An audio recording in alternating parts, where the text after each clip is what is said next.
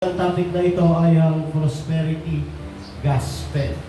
Noong 2016, may isang grupo na pumalat. Ang pangalan ng grupo na ito ay Kappa. Ang ibig sabihin ay make the poor rich. Ang mahihirap ay gawing mayaman. Sino ba rito ang gustong yumaman? Hello. Wala kang maayos sa mainit. Hello. Sino rito ang gustong yumaman? Lahat naman. Wala namang gustong maghirap. Di ba? Lahat ng tao gusto mayaman. Sino ang gusto rito hindi magkasakit? Lahat ng tao gustong hindi magkasakit. Walang gustong maghirap. Walang gustong magkasakit. In reality, gusto naman iyon ng tao. Subalit, hindi iyon ang tinuturo ng Biblia. Hindi iyon ang priority at pangunahing tinuturo ng Biblia. Ang nagtuturo noon ay kabaliktaran pa, hindi ang Biblia. Ang nangako ng mga ganung bagay ay hindi ang Biblia, kundi ang kaaway ng Diyos. So, hindi masama ang yumaman, hindi masama ang malusog, pero hindi iyon ang priority na pagtuturo ng Biblia. Noong 2016, ang Kappa ay ginamit bilang isang scam na napakaraming tao ang na-involved dito. Pinangunahan ito ng isang pastor, si Joel Apolinario. At dito, nagdodonate ka ng 10,000, babalik yung blessing sa iyo ng 30%. So, iyon ay pamamaraan para malinlang ang tao sa pamamagitan ng relihiyon. Dahil blessing na yun, seed of blessing. So, iyon sa paraan ng prosperity gospel para malinlang. Pero ito ang tinuturo ng Bible. Isa lang ang gospel. Walang ibang gospel maliban sa itinuturo ng Biblia. At yun po ang topic natin ngayong umaga. Samahan niyo ako sa Galatia chapter 1 verse 8 to 9.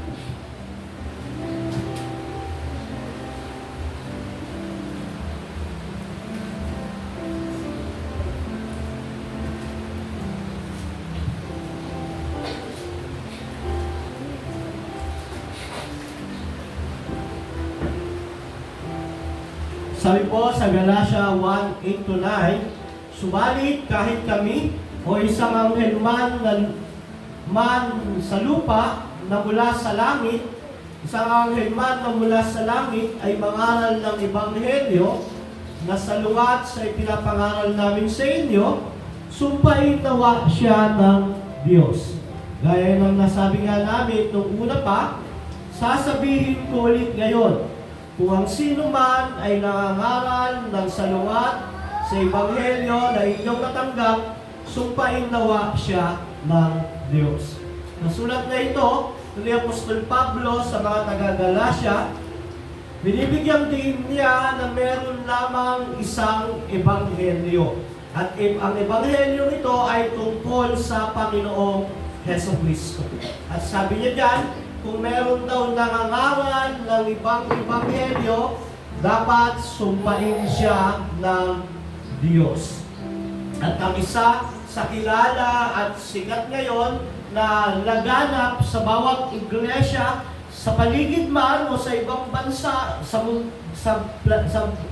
sa Pilipinas ay ang prosperity gospel. Ano ang prosperity gospel? Ano po yan? Ano ang prosperity gospel? Ang prosperity gospel ay isa sa mga pinakakilalang samahan o grupo ng maling pagtuturo sa ating panahon. Ang mga nangangaral ng prosperity gospel ay nililinlang, dinadaya ang maraming tao sa mundo gamit ang isang maling gospel. Ay tinuturo nila na nagtuturo ng mga tao na magpoprofess ng pananampalataya kay Kristo ay tiyak na makakamit ang pisikal, material, at pinansyal na kaunlaran sa buhay na ito. ang prosperity gospel ay pagtuturo na ang mga sasampalataya kay Kristo ay magkakaroon ng kayamanan, kalusugan, kapangyarihan, at mga bagay sa mundo ito. So, ang prosperity gospel nagtatago sa salita ng Diyos, nagtatago sa pangangaral ng salita ng Panginoong Jesucristo, kay Kristo nagtatago, pero ang dulo noon, pagpapalain palagi ng material, pinansyal, at kasikatan, kaunlaran. Lahat ng material na bagay sa mundo ito, iyon ang priority ng prosperity gospel. At ang aral na ito ay tinatanggap ng marami dahil wala silang discernment at dahil hindi nila nilalaman. Okay na, basta may isang text mula sa Bible, pabibigyan sila ng text na wala sa context, tapos pag narinig nila iyon, akala nila iyon ang tinuturo ng Biblia. Madaling ma-discern ang prosperity gospel. Laging nagtatapos ang dulo ng mensahe sa pagpapala sa tao. Laging nakasentro sa tao ang mensahe at hindi kay Kristo. Konting Kristo, maraming para sa tao. Lahat ng gusto ng tao. Ano naman ang gospel? Kung gano'n ang prosperity gospel, nakasentro sa tao, sa pagyaman ng tao, pagunlad ng tao, kagalingan ng tao, ano naman ang tunay na gospel? Ang tunay na gospel ay ang mabuting balita ng kapatawaran ng Diyos na dulot ng pananampalataya kay Kristo na namatay, mabuhay muli para ilapit ang tao sa Diyos. Ang sino mang sumampalataya kay Kristo ay magkakaroon ng buhay na walang hanggan sa kaharian ng Diyos. Yan yung pinipreach sa unang Korinto 15:1-11. Sinasabi diyan na kung panghahawakan nila ang aral ng mabuting balita, na si Kristo ay Diyos, nagkatawang tao, namuhay ng isang perpektong buhay, namatay sa krus, dilibing, nabuhay muli, umakyat sa langit, at namamagitan ng ngayon at muling babalik, iyon ang mabuting balita. Wala akong ibang mabuting balita, gospel, ebanghelyo, bukod doon. Kung ang naririnig natin ay kung tatanggapin mo si Kristo bilang Panginoon at tagapagligtas ng iyong buhay, aayos ang buhay mo, matutupad ang pangarap mo, magkakaroon ka ng mga nais mo sa mundong ito, iyon ay prosperity gospel. So yung napakalayo ng tunay na ebanghelyo sa prosperity gospel. Kailan nagsimula ang prosperity gospel? Kaya kauto sa Bible, sa Gawa, chapter 8, 9, 24, hindi ko na babasahin, tungkol sa isang lalaki na si Simon. Siya ay isang Samaritano at noong una, siya ay pinagkakaguluhan ng tao dahil marunong siya sa mahika. Bukod doon, pinagkakakitaan niya ang kanyang talento. Pero nung dumating ang apostol, si Pedro, ang ginawa ni Pedro ay pinakita niya yung kapangyarihan ng Espiritu Santo sa pamamagitan ng pagpapagaling, pagliligtas, at sa pamamagitan ng kapangyarihan ng Espiritu. Nakita iyon ni Simon, at ang nangyari, si Simon ay nawala yung mga tao na humahanga sa kanya. So, ang ginawa ni Simon, inapitan niya si Pedro, at sabi niya sa verse 19 ng Gawa 8:19-24, bigyan din ninyo ako ng kapangyarihan ito upang ang sino mang patungan ko ay tumanggap ng Espiritu Santo. Yan yung mga account ng unang false teacher sa Bible. Pangalawa, yung mga anak ni Sceva sa Gawa 19:11-20, nakita niya ang ilang mga apostol nagpapalayas ng masamang espiritu at sila ay nakakagawa ng himala. So ginaya ng mga anak ni Sceva iyon, ang nangyari sila ay sinaliban ng masamang espiritu. Ano ang makikita natin dito? Makikita natin noon unang church pa lang meron ng mga bulaang tagapagturo. At ang priority nila ay una, ang i-please ang tao. Pangalawa, makinabang ang kanilang sarili. Kasikatan, pride, ego. At makikita natin dito na taliwas ito sa pinapangaral ng mga apostol. So diyan nagsimula sa Bible ang mga prosperity gospel at false teacher. Sa panahon naman natin, nagsimula iyan sa isang tao na si E.W. Kenyon noong 1867 hanggang 1948. Siya ay isang American evangelist, isang pastor. Siya ang nagpasimula ng tinatawag na positive confession. Na kung ano yung sabihin mo, iyon ang magaganap. Yung New Thought Movement. Siya rin ang nagpasimula ng faith healing movement. So dito nag-ugat ang mga Pentecostal. So hindi lahat ng Pentecostal ay prosperity gospel, pero napakalaking parte nito ang sumasang-ayon sa prosperity gospel. Sumunod niyan, noong 1918s at 2009 hanggang 2009, merong isang American televangelist naman, isang Pentecostal charismatic, ang nagpatuloy sa turo ni A.W. Kenyon. So, 1950s hanggang 60s, nagkaroon siya ng mga crusade, nagkaroon siya ng mga revival. So, yan ang mga language ng mga prosperity gospel. Breakthrough, revival, healing, name it, claim it, declare it. Yan yung mga language.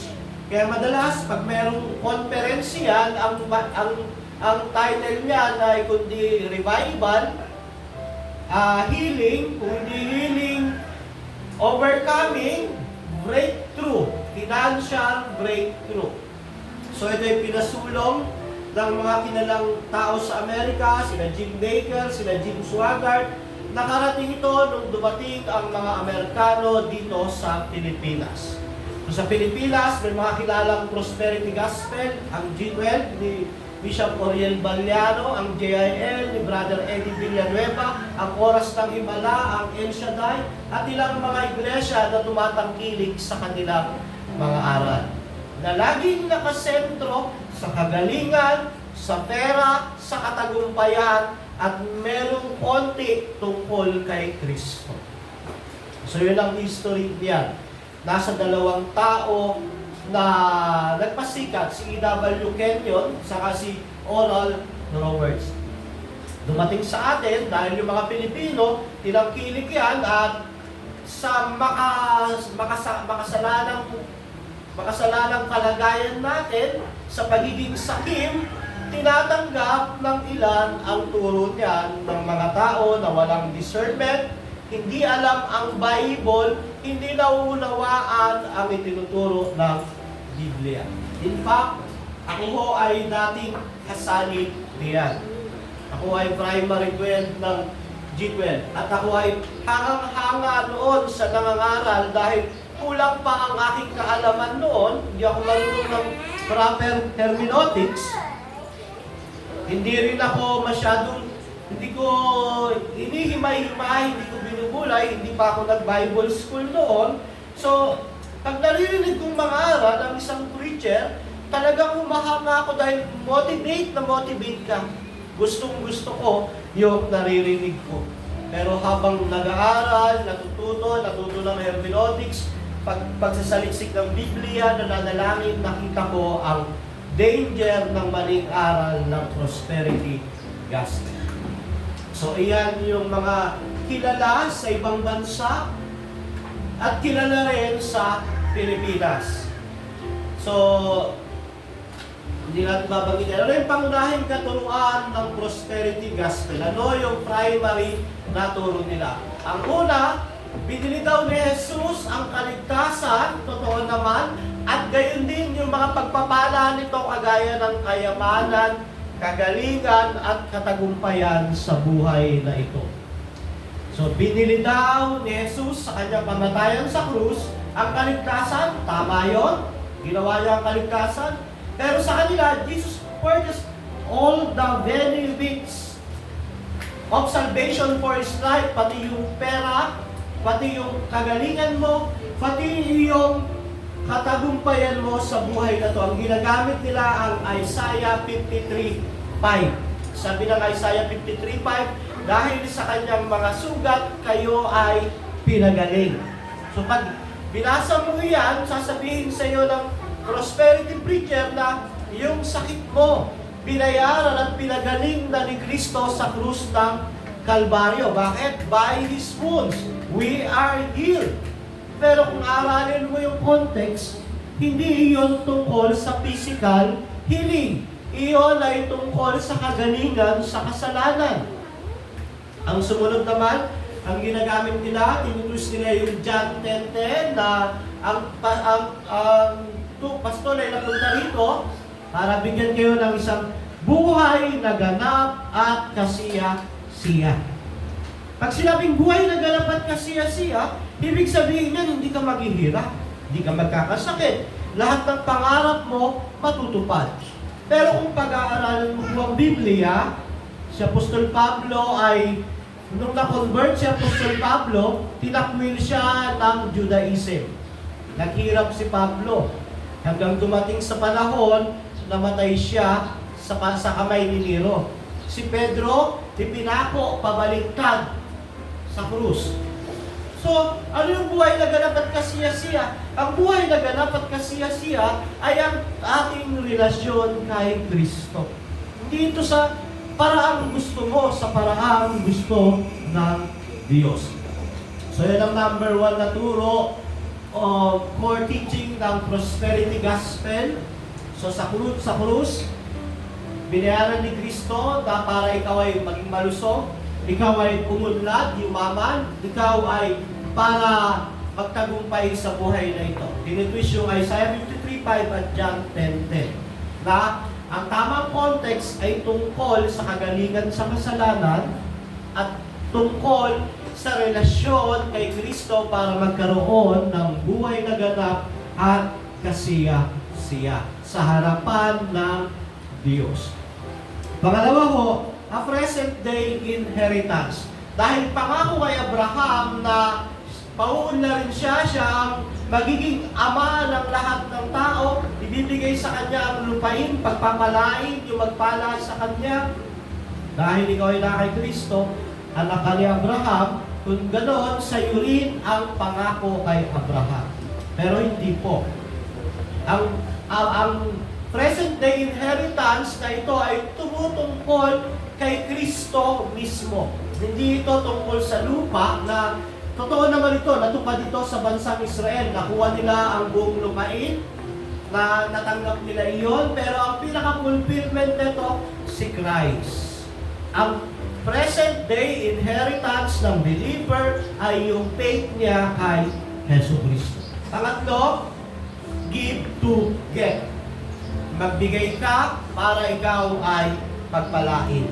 Nakasentro ito sa Malakias 3:10. Lagi kang itetreten na pag hindi ka nagbigay, pinaglalakawan mo ang Diyos. Pag hindi ka nag-ikapo, ikaw ay isang magnanakaw, hindi ka pagpapalain ng Diyos. Kaya ang foundation ng prosperity gospel, kailangan mong magbigay para tumanggap ka. Kaya ang mga tao noon, ang tao na nasa prosperity gospel, ang puso nila at isip nila, kaya sila nagbibigay hindi dahil sa gospel at kay Kristo.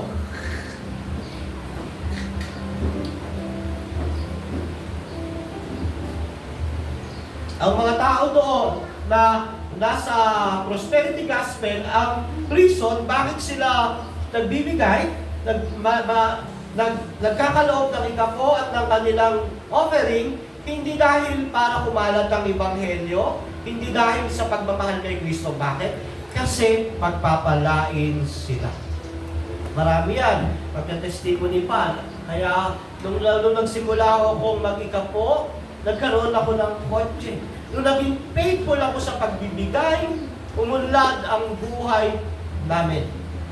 Mali yung puso, mali yung isip, walang problema kung faithful ka sa pagbibigay, basta tama yung motivation mo. Anong motivation natin?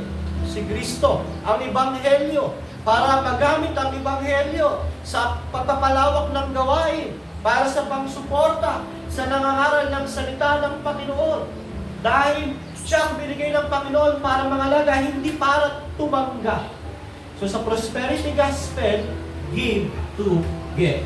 Kaya nga po, kung ang church gusto ng pastor yumaman siya, ituturo niya ito. Kung gusto ng pastor na dumami ang member, ituturo niya ito. Bakit? Kasi masarap ito pakinggan. Ito yung gusto natin. Di ba? Sino ba ayaw yumaman dito? Lahat gusto yumaman. Gusto yung yumaman? Magbigay kayo. So, gano'n ang turo. Gusto nating yumaman, pero ang ginagawa ng prosperity gospel, may kapalit. Kailangan magbigay ka. Diba? Ang nangyari, hindi naman yung mayaman.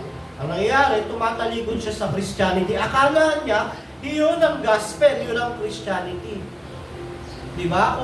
Kung halimbawa, merong isang tao na pupunta sa church, maririnig na gano'n, tapos, magbibigay siya, tapos hindi siya yaman, ang mangyayari, ang tendency, akala niya, yun ang Christianity. So, ang mangyayari, pera-pera lang pala ang pagiging born again, ayoko na dyan. O kaya naman, may kwento na minsan daw, narinig niya yung turo na gano'n, binigay niya yung kanyang lahat ng pera niya. Kasi na-convict siya, talagang mga prosperity gospel preacher, magagaling magsalita. Talagang madadala ka. Pag sila ay nangaral, na halos lahat ibibigay mo, may kwentong gano'n na binigay niya lahat. Pag uwi niya, nabangga yung sasakyan niya. So sabi niya, bakit gano'n? Sabi nung pastor, pagbigay ako, pagpapalain, bakit ganito ang nangyari sa amin? Ang nangyari yun, hindi na siyang umattend ng church. Kasi, akala niya yun ang Christianity. So, ang ginagawa ng prosperity gospel, sinisira ang tunay na Christianism.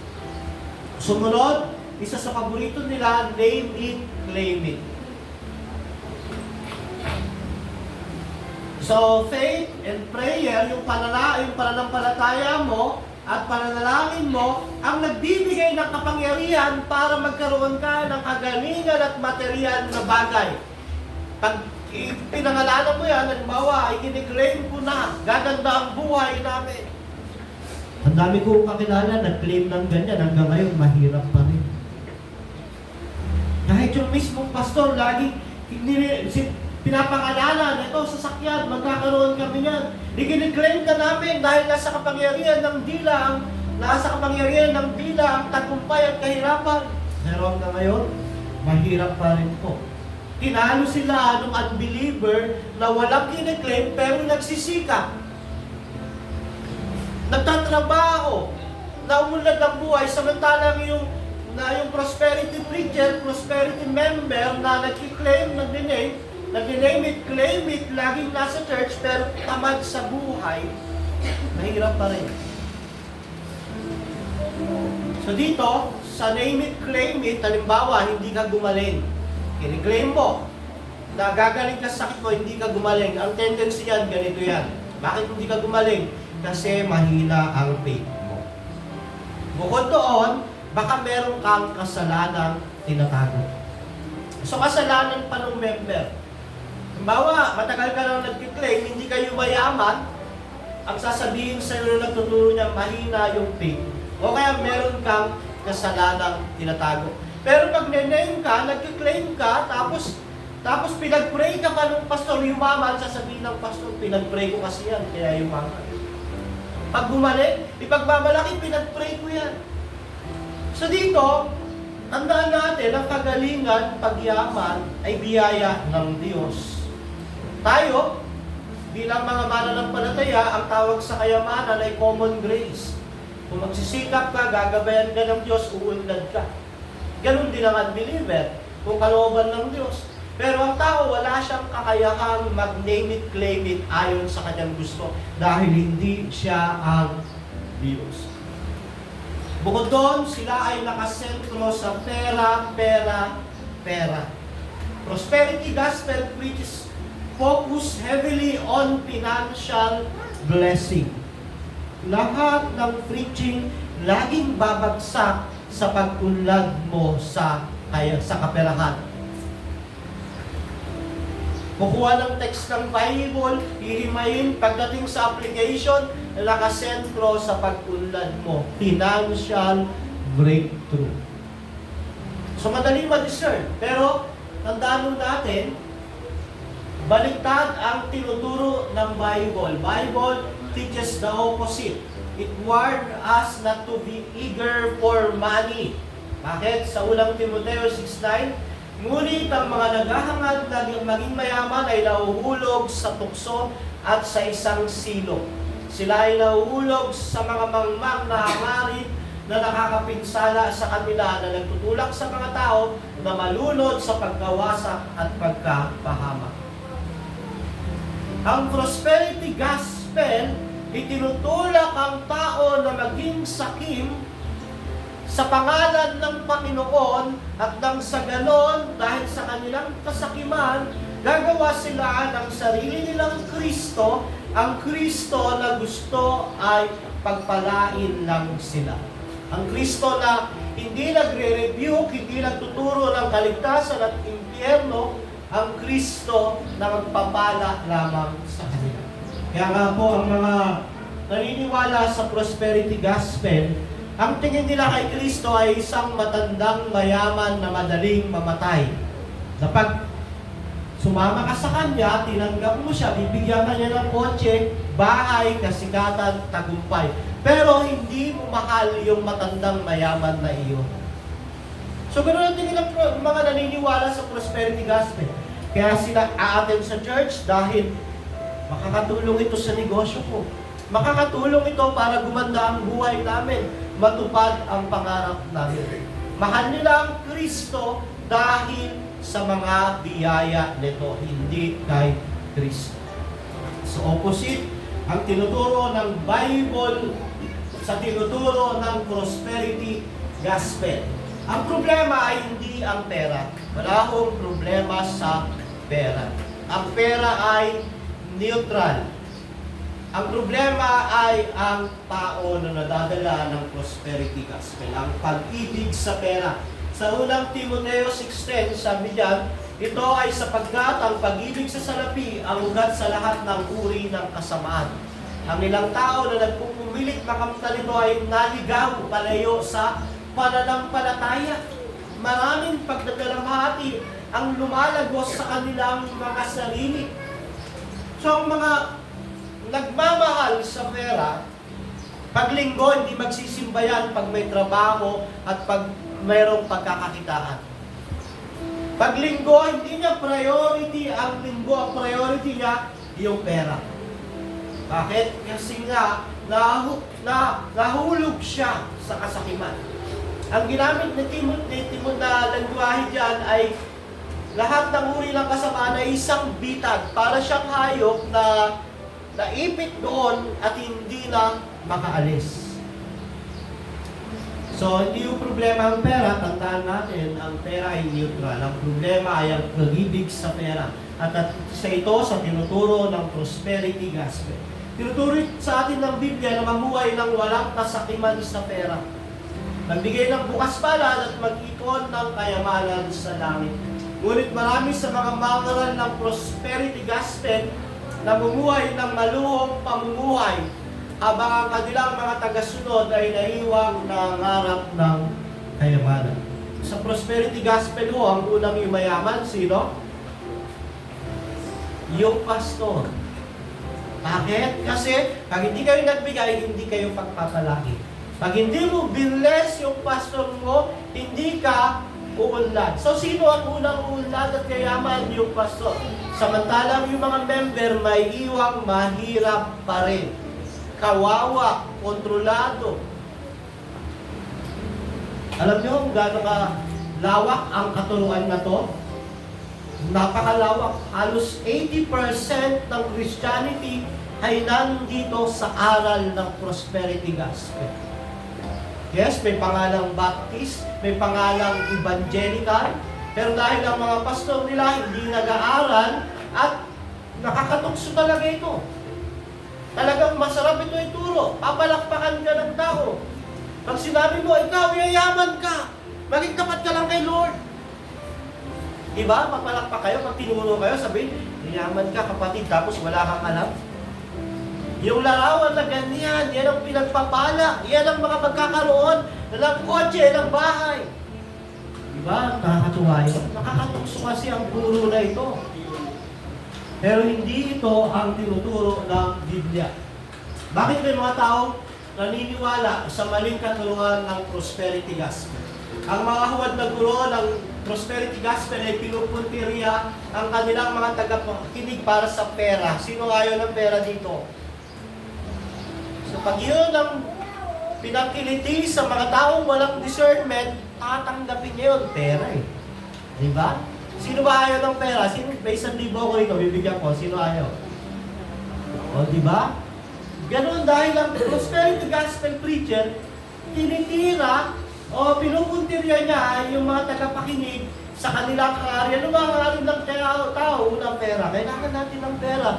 Pero hindi sa paraan na ganito. Provision. Diba? Provision. Yung pagkakaroon ng mga pangailangan mo. Posisyon, kasikatan, katagumpayan, kapangyarihan. Sa halip na tumuon kay Kristo at sa walang hanggang kaluwalhatian ng Diyos. Ang message ng church ay si Kristo, ang glory ng Diyos. So ang prosperity gospel, konting Kristo, konting glory ng Diyos, maraming pera, maraming provision, maraming posisyon, maraming power. So binibigyan din nila ang pinakamahusay na buhay ngayon. Na ngayon pa lang, dapat yumaman ka na para pagpunta mo sa langit, naranasan mo na dito pa lang sa lupa, nasa langit ka na. Pero, alam niyo ho, si Apostol Pablo, nanlabo ang mata, nagkaroon ng tinig sa lalamuna, tinig sa katawan, at namatay. Isang dating Pariseo, sikat, mayaman, galing sa mayamang angkan, isang mamamayang Romano, kinalikuran lahat iyon, alang-alang kay Kristo. So ang mga iba ay sumusunod sa turo ng prosperity gospel dahil sa kanilang kasakiman. So ano ang anim na sign na ikaw ay nasa prosperity gospel? Na andun ka ngayon, yung talagang lunod na lunod ka sa prosperity gospel. Ayon sa fromchristiantoday.com, una raw, you find it hard to obey God in difficulty. Pag maraming problema, maraming pagsubok, hindi ka makasunod kay Lord. Wala ka sa church pag maraming problema. Pag maraming pagsubok sa buhay mo, wala ka sa church. At sumusunod ka lang kay Lord pag ikaw ay pinagpapala. Sabi diyan, if we only follow God when He blesses us, our faith is based on blessing, not God. Pag ang tao nagsisimba lang, pag maayos ang buhay niya, pinagpapala siya, ang kanyang pananampalataya ay wala sa Diyos. Nasaan? Doon sa pagpapala. So alam niyo na, pag maraming problema, wala rito, ibig sabihin, nalulunod iyan sa prosperity gospel. Pangalawa, money plays too big in a role in God's will. Laging ang sentro ay pera. Pera. Napakalaki ng role ng pera sa buhay mo. Pagkagising mo, unang nasa isip mong pera. Bago ka matulog, pera. Kaya gagamitin mo si Lord para magkamit ka ng pera. Magtatago ka sa salita ng Diyos, pero ang puso mo, ang isip mo, nakasentro sa pera. Fear of losing comfort and wealth can prevent people from obeying God's call. Dahil natatakot mawalan ng pera, natatakot mawala yung bagay na ito, yung kayamanan na to, ayaw sumunod sa kalooban ng Diyos. Isang halimbawa yan, ang tao ay lunod sa prosperity gospel. Your relationship are affected by money. So mga kaibigan mo, kaya mo sila nagiging kaibigan, hindi dahil pananampalataya sila. Dahil sila ay makakatulong sa iyo para magkapera. Kaya kita ginawang kaibigan, kaya may kaibigan ka, hindi dahil kay Kristo. Hindi dahil sa Ebanghelyo. Kaya mo sila ginawang kaibigan dahil partner sa negosyo, mapagkakasapan namin ng pera, puro pera ang nagiging transaksyon ninyo. So if money influences your relationship, your love may be more transactional than Christ love. Right? Yung pagmamahal mo ay transactional lang dahil may pakinabang. Dahil pag ikaw ang kaibigan mo, parehas tayo, magkakapera tayo. So hindi dahil kay Kristo. So it comes out in your speech, sa pananalita. What fills your heart will eventually spill from your mouth. Kung ano raw po yung lumalabas sa bibig. Pag lumalabas sa bibig mo palagi, pagkakaperahan, isa lang ibig sabihin nun. Lunod ka sa prosperity gospel. Hindi lumalabas sa bibig mo ang gospel, si Kristo. Kaya nga sabi ng Lucas 6:45, kung anong laman ng puso, yun ang lumalabas sa bibig. Kaya pag ang tao, ang laman ng kanyang bibig ay puro pera, trabaho, negosyo, pagkakakitaan, misbiro mo na sa loob ng church, ang usapan, trabaho pa rin, negosyo pa rin. Kasi nga, lunod sa pangangaral ng Ebanghelyo ng kaunlaran o prosperity gospel. So, it comes out in your speech. Masakit to, no? Hindi nakakatuwa yung message pag binabalatan yung prosperity gospel. Pero iyon ang Word of God. Panglima, there's a challenge in giving. May pagkikipaglaban sa pagbibigay. Di ba? Faith is often shown by generosity. Hindi ka generous. Ang hirap magbigay. Na ang motibo mo, lumawak yung gospel, may pangaral, dahil sa pangailangan ng church, ang hirap magbigay. Bakit? Dahil nga, yung pera, hawak-hawak. Uli, ang ating pagbibigay ay hindi encourage para yumaman kayo. Hindi pag nagbigay kayo, makakatanggap kayo ng pagpapala at biyaya. Ang pagbibigay ay para sa Ebanghelyo ng Panginoong Jesucristo at sa pangailangan ng Iglesia at ng tagapanguna ng Iglesia. Yun lang ang purpose, very simple. Hindi pag nagbigay ka, ang kaisipan mo, pag nagbigay ako, babalayan ako, negative yun, maling aral yun. Pero ang mga taong nasa prosperity gospel, may challenge sa kanila sa giving. Ang hirap magbigay. Takot na takot pakawalan ang pera. Panghuli, ang prayer ay self-focus. Self-focus. Hello. Ang prayer ay self-focus. Lord, bigyan mo ako nito. Lord, kailangan ko nito. Ang tawag niya ay penge noon. Penge noon. Ito po yung kailangan namin. Penge noon, pagpalain mo po kami. Ginagawa ng Shopee, Lazada si Lord. Lord, ito yung order ko. Kailan ipapaship? Wala siyang interest na makilala yung kalwalhatian ng Diyos. Purihin ng Diyos, itaas ang Diyos. Hindi man yung may share kay Lord, Lord, meron ako na evangelist kanina, Panginoon. Wala siyang ganung prayer. Salamat sa privilege, Lord, na ma-share po ang gospel sa mga tao. Ang laging prayer niya ay self-focus. Panginoon, Panginoon.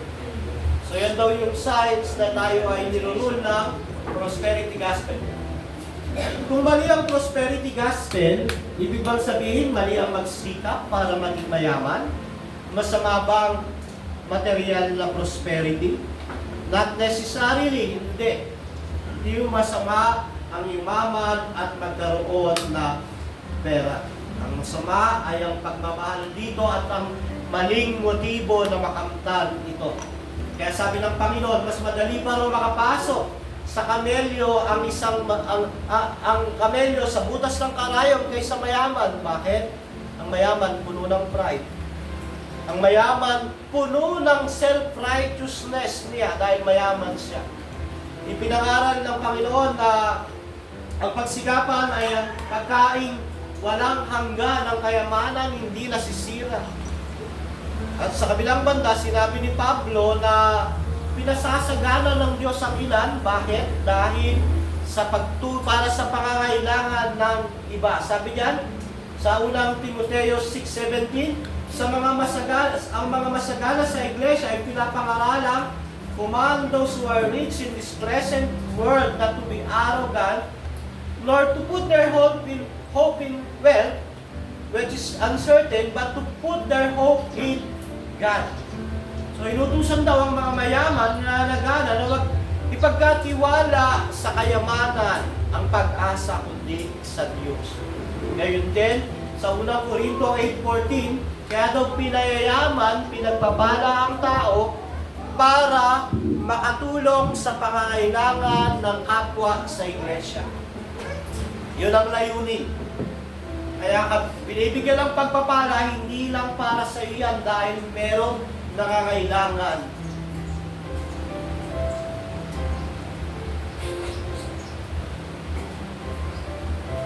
So, paano kung may tuturo ang tamang gospel sa mga taong naniniwala sa prosperity gospel? Una, mag-focus. Mag-focus sa buhay at kamatayan ni Kristo.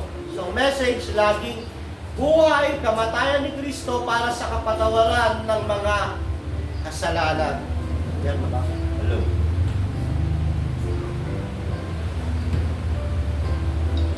So, ang focus ay ang kapatawaran sa kasalanan. Yun ang pangunahing message ng gospel. Binuhos ni Jesus ang kanyang dugo sa krus para takpan ang ating mga kasalanan. Pangalawa, mag-focus sa pag-asa ng walang hanggang pagpapala. Hindi palaging sa kayamanan, hindi palaging sa kagalingan. Sumunod, mag-focus sa kagalakan na natatanggap natin sa pakikibahagi sa pagdurusa ni Kristo. Ang pagdurusa ay iniharap sa lahat ng dako ng kasulatan bilang isang kinakailangan para sa kaluwalhatian. Wala hong Kristiyano na mapupunta sa langit na hindi makakaranas ng pagdurusa dito sa lupa. Alam niyo yung mga nagsasabing Kristiyano na hindi sila nakakaranas ng pagdurusa sa lupa? Yung mga compromise. Hindi mga totoong Kristiyano yun. Mga naka-attend lang sa church, pero hindi sila totoong Kristiyano dahil namumuhay pa rin sila tatakbo ng mundo para hindi sila magdusa. Pag ikaw, totoong Kristiyano, makakaranas ka ng pagdurusa, kalungkutan, pagdalamhati at pagsalungat. Si Kristo, nung dumating dito, siya ay nagdanas ng kalungkutan at kamatayan. Maraming tumuligsa at sumulungat sa Kanya. Ang anak ng Diyos, walang kasalanan, perpekto, nagdusa, nagdalamhati, sinalungat, pinapatay. Paano kaya tayo na mga makasalanang lingkod ni Kristo? Dadalas tayo ng pagdurusa. So, ang conclusion, ang prosperity gospel ay isang maling katuruan na dinadala ng mga bulaang tagapagpuro.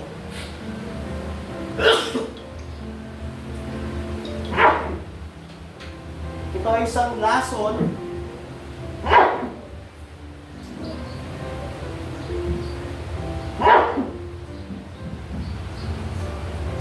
lason sa espiritu ng mga mananampalataya at hindi dapat tinatangkilik. Ito naman ay hatol ng Diyos sa mga unbeliever na wala talagang nais na makilala si Jesus. Ang gusto lang ay mga biyaya ni Jesus. Mga taong sakim sa kayamanan at gustong gamitin si Jesus para sa kanilang kaunlaran. Bilang isang believer, hindi masama ang sumagana ang tumunlad. Lahat kayo, pinagpipray ko, sumagana ang tumunlad. Pero kung sasagana kayo at unlad, mawawala kay Lord, ipinagpipray ko rin, tanggalin iyong kayamanan na yun. So, bilang isang believer, hindi masama ang sumagana at tumunlad. Subalit, taliwas ito sa tinuturo ng Biblia. Madaming babala ang Biblia sa pagiging sakim sa kayamanan na naglalayo sa atin sa Diyos. Lahat po kayo gusto ko magtagumpay. Pero ang primary na tagumpay na gusto kong makamtan nyo, si Kristo at ang buhay na walang hanggan. Lahat ko, lahat kayo, pinagpa-pray ko na magkaroon ng pinansyal na pagyaman, kagalingan, pero hindi iyon ang primary. At pinagpa-pray ko rin na kung makakahadlang iyon, mawawala kayo kay Lord, mas maganda pa na maghirap, mas maganda pa na may sakit na kay Lord, kaysa naman mayaman, walang sakit, pero papuntang impyerno. At yun ang nakakatakot sa prosperity gas. Nandyan lang yan sa paligid. Dinadala ng mga tagapagturo, ng mga pastor. Kukuha ng isang talata, 2 talata sa Biblia, ang dulo, financial breakthrough, kagalingan, nakasentro na sa tao, wala na kay Kristo. Diba? Meron tayong natutunan at naging biyaya at pagpapala sa ating kaluluwa ang babala na ito ng prosperity gospel. Tayo mag-pray bago magtanong. Panginoon, salamat sa umaga ito sa gabay at pagtuturo mo.